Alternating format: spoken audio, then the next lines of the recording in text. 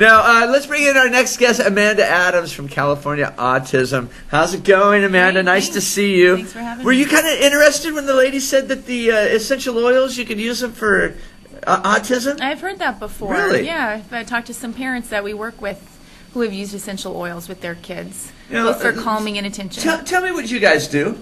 We do behavior intervention for all ages. The little tiny ones, as early as 2 years of age, up to the transition to adulthood. So through high school.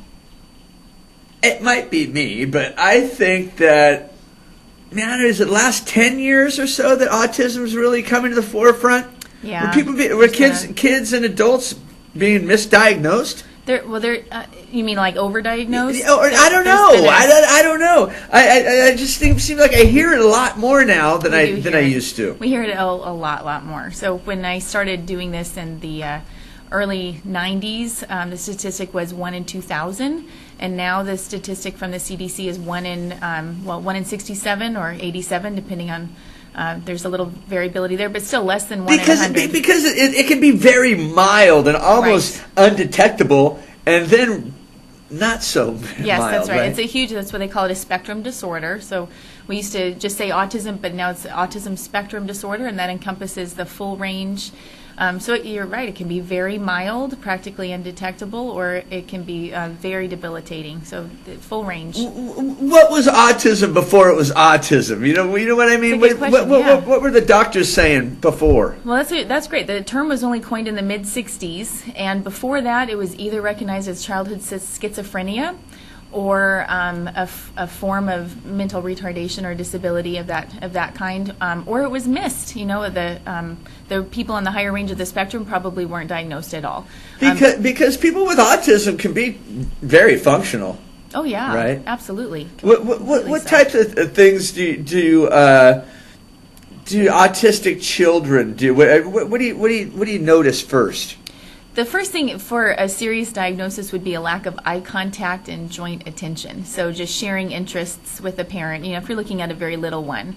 Then we have another group of kids who haven't been as severe, and they're diagnosed by the time they get in the upper grades of grade school, because the social skills start to really become important then. When you're a little tiny person, it's not as crucial, but when you're mid-adolescence or becoming adolescents, and those social skills really get important. And so some of the kids with milder symptoms then start having trouble.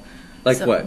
Well, like an inability to have reciprocal interactions with peers. Mm-hmm. So they might talk about their own thing a lot, but have a difficult time cluing into what somebody else wants to talk about. And so it's hard to develop really good, meaningful relationships and friendships that way. And it actually leads to academic trouble in some cases too, because it's just hard to read some of those nuances that come easily for others. If a child's diagnosed early, can things be done to? Yeah, it's. The brain science right now is really exciting around this. The issue of plasticity. So once you get to the younger the brain, the more malleable it is, mm-hmm. and we see this in brain injury as well, or other kinds of disorders. But we have neural pathways can change, especially in younger brains. The younger the brain, the more flexible it is towards that change. So if we can get in with lots of good treatment at a very, very early age, then we can restructure some of the neural pathways that might not be developing correctly along the way. What are some of the things that you do? We break down skills into the very tiniest parts and then practice them over and over again until they get them. Focusing? So, yeah, lots of practice on attention, lots of practice on responding to your name, or it's the simple skills that might come more easily for a typically developing child, and they just need more practice with a child with an autism diagnosis. With a young child, what would a parent see a young child doing that might go, hey, maybe I should have them talk to a doctor? Mm-hmm. It would be a lack of eye contact and a lack of gesturing. Sometimes parents often report that they thought the child had a hearing problem first because they don't respond to their name or sounds, or when there's some commotion going on, there's not the usual response they might see, or they're talking to them and their focus is somewhere else. So it's an attention problem, and it's also a lack of gesturing. So like pointing, little kids will point, and if you open your eyes big and stick out your tongue, then even babies will usually imitate that. So the lack of those kinds of things, just sharing attention and noticing the environment. Parents are usually very, very keen on, thinking like that's not quite right. And so if they're having that feeling, I would encourage them to speak to their pediatrician and get things moving as quickly as possible. And not be embarrassed about it, right? No. Get the help early on. Absolutely. Yeah, there's something neurological and environmental that combines with certain genetic structures. It's not always genetic, like many things. It has some genetic markers, but not necessarily. So there's nothing that a parent could have done to prevent this, and so there's no embarrassment or shame that should be associated in any way, shape, or form. But if they get help early, then their child has a really good chance of improving. You mentioned earlier overdiagnosed.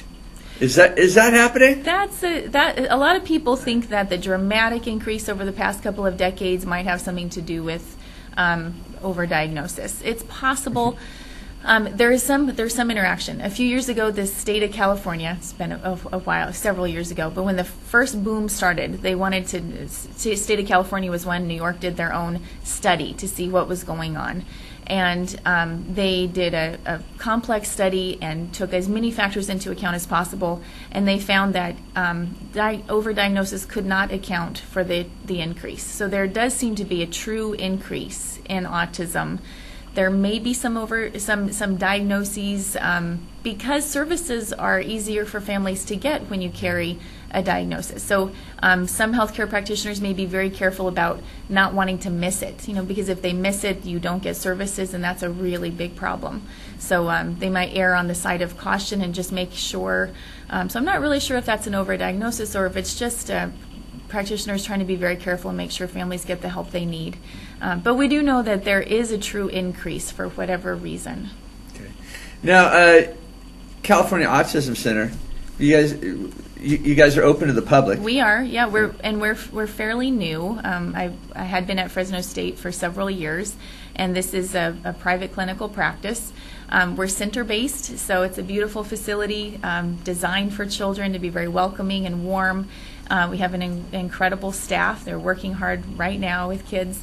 And in this environment, we can work one-on-one with children and then also have a space for them to play together and socialize, so we can encourage those skills as well. What about kids that aren't suffering from autism? You encourage them to come by?